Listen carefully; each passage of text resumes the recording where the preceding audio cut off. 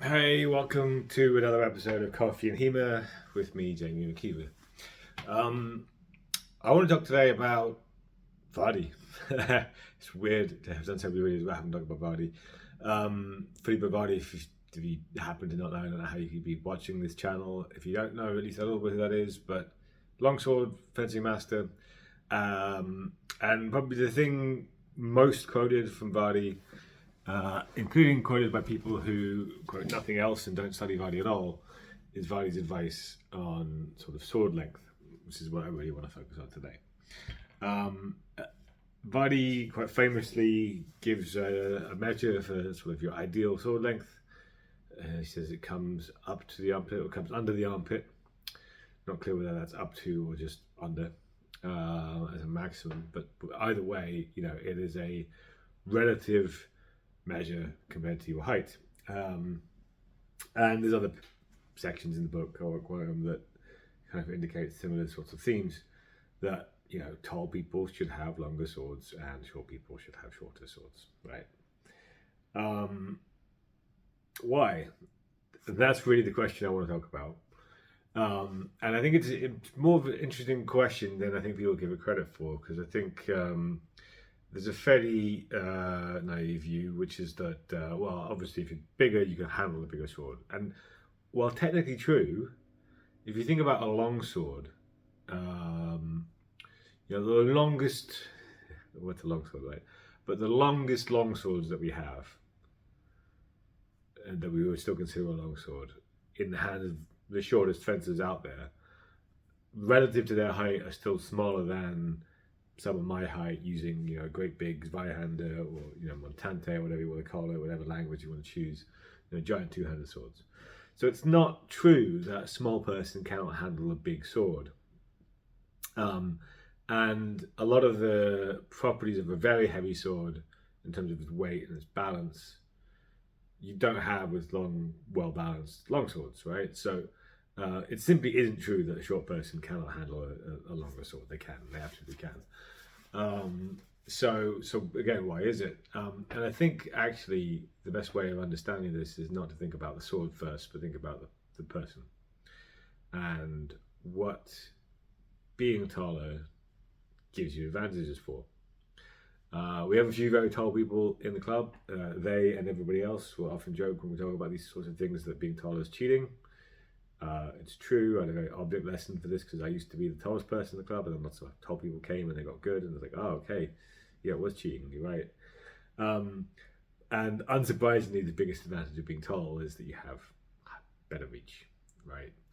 And that reach means that, particularly if you're trying to engage at what Vadi would call wide play, but essentially sort of keeping someone at a distance and striking and getting out again very, very rapidly and preventing them from hitting you back because you're too far away. That height advantage is particularly useful for that kind of play. And if you have a long sword, that then leans into that advantage, right? That increases the advantage that you've got naturally from being tall. So the style of play that your physical characteristics give you a benefit for, if you have a longer sword, you are amplified. But being tall isn't the only be all and end all. Like, it's not an absolute advantage, and it gives advantage for some things, but not for others necessarily. Vadi's other two styles of play, middle sword and close play, being tall isn't inherently an advantage for middle play. You could argue whether it's an advantage or disadvantage, and it's certainly not for close play, where other physical characteristics can give you an advantage. Particularly close play, so grappling in this context, right? Really, weight is probably the biggest single characteristic, that physical characteristic that's going to give you advantage. Strength correlates to weight, so strength as well. But really, to be honest, in many cases, physical bulk is the biggest thing there, because you just move people out of the way, and better actually to be, for close play, short and bulky than tall and lanky, for sure. Now the problem is that obviously weight and height are correlated, so short and skinny versus tall and big, close play. While there are some advantages from a lower center of gravity, the weight disadvantages, I think, would sort of mitigate that. So if you are sort of short and light, you've got these two styles of play, this long play and this close play, where it's like, am I just disadvantaged at all styles of play? No, because we have the middle play. And best way of thinking about middle play in this context is if you think about like a long, back and forth of power riposte or Zwerchkopter of death, you're a German longsword person. It's kind of where there's multiple sword actions, right? You're not yet close enough that grapple makes sense, but there's a rapid series of sword actions that occur, right? And you're trying to stay safe and you're trying to strike in all this kind of action. Like, that's middle play in the middle sword in a rough, very short version. And if you think about, again, physical characteristics, I will come back to swords, I promise. If you think about physical characteristics here, like what gives you the advantage? And actually, it's not clear to me, apart from speed and reaction time, which has nothing to do with your height or weight, because you can be fast and tall, you can be slow and short. It's not clear that any of these properties give you an advantage or disadvantage at middle play, right? Maybe being shorter than your opponent gives some advantage because you've got fewer angles for the sword to come at. Possibly, I'm not 100%. I've been thinking about this. I'm not sure, but it's not obvious. At least it's certainly not as obvious as the others. So, if you and your opponent, if you're the short, small person, your opponent is big, tall, big, strong, heavy, tall person, and you got the same sword. You've got a disadvantage at long play because of their reach. You've got a disadvantage at short play because of their weight. And that means that if you get to middle play, it's all down to skill, right? Who's better at that middle play. Some of that can be done from training, and now this is where we come back to the sword advice. One way of getting a natural, or at least a non-skill based advantage of that is to change the sword size. So a shorter sword will be more maneuverable, and it's faster to cut around, quicker to disengage from a sword, quicker to do all these kinds of stuff, and sort of easier to manipulate. Also a lighter sword, right? Again, weight and length correlate here as well because you've got to take material off. But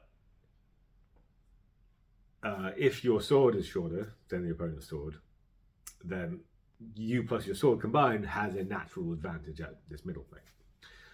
So, why does Vadi tell us to have a shorter sword if you are short, right? And I think it's because of this kind of interrelationship between natural physical advantages from your body and trying to seek a situation where you have a relative advantage to your opponent in order to gain something on them.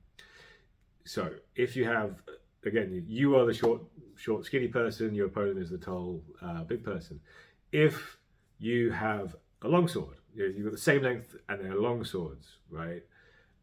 You have shrunk your disadvantage at wide play, but you haven't gotten rid of it because the tall person still has a reach advantage over you. You can have a longer sword even longer sword than they have to mitigate that further. Okay, and maybe you've made that neutral now. Let's just say you have, right? For the sake of argument, you made it neutral. But in the process, you've exacerbated your disadvantage at close play that you have.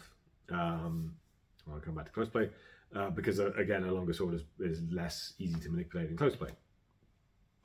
I didn't talk about that earlier, but it's true. And you've created a disadvantage situation in middle play, right? So right now, you have made it so you've got neutral at wide play, but you now have a disadvantage at the other two.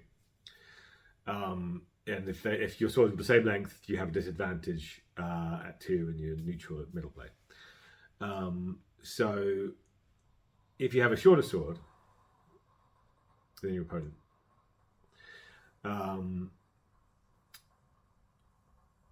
you've increased your disadvantage at wide play, flat out, right? If they've got more reach on you, they've got more advantage there.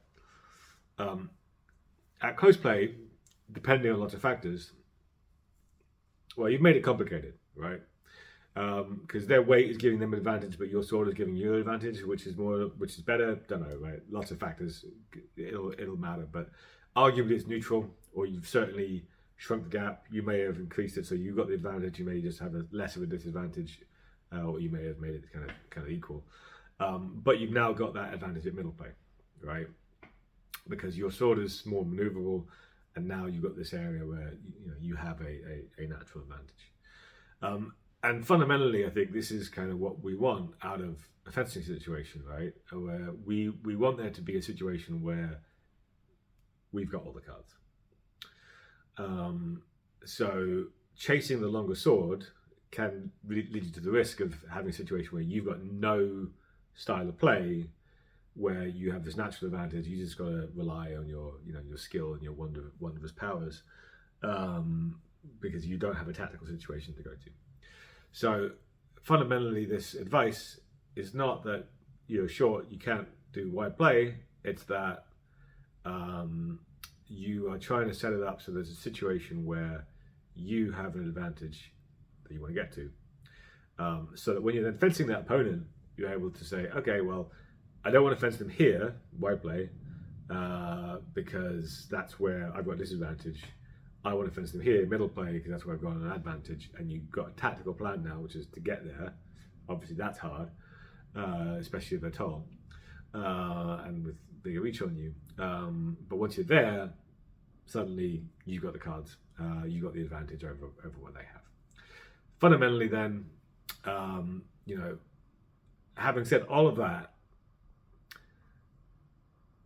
I don't follow the advice.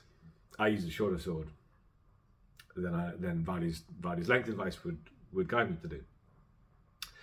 Because we've just been talking about natural advantages, right? And that is a thing, right? That is there. But then there's also skill, there's also relative skill, and all this kinds of stuff. And also there's just, in the context of HEMA, rather than fencing for your life, there's also just what you like. I really like middle play and close play more than I like long play. It's not that long play is bad, I've got not anything against it, like it's perfectly valid style of play, just don't enjoy it as much. And likewise, I fence some people who are much taller than me, so if I focus on long play, when I'm fencing those people, I've got issues. So I lean into the fact that A, I prefer that style of play. B, most people are worse at it, so kind of regardless of anything else, my relative advantage in skill level was increased because most people are bad at that style of play, and thus I favour a middle sword. So while Vadi's advice is good if you're thinking in the abstract, right, what sword do I get? The main thing I would think actually before you decide what length of sword is what style of play do you like and or want to be good at, not necessarily are good at, but want to be good at, and get a style of sword that favours that. If you are short and slight, probably focusing on grappling or focusing on wide play, I'm not going to say it's a bad idea, but you are playing on hard mode. There are absolutely short fencers who are good at both of those things, or either of those things. So, it's fine, right? And at the end of the day, you're not relying on it for your life, so you can do the thing because you think it's fun, or you want to, rather than because it's the most optimal thing to do. But if you are going to then fence and wide play, regardless of your height, get a long sword. If you do want to do lots of grappling, you do want to fence in the middle play, get a shorter sword. Recognizing that it will give you disadvantages at long play. Hope that was interesting and not too much Vadi specific, because I think this applies, to be honest, to pretty much any weapon, not just longsword. Even if you're not dividing it explicitly into those three styles of play, those things are kind of present for depending on whatever consideration you got for pretty much any weapon. So thanks for watching.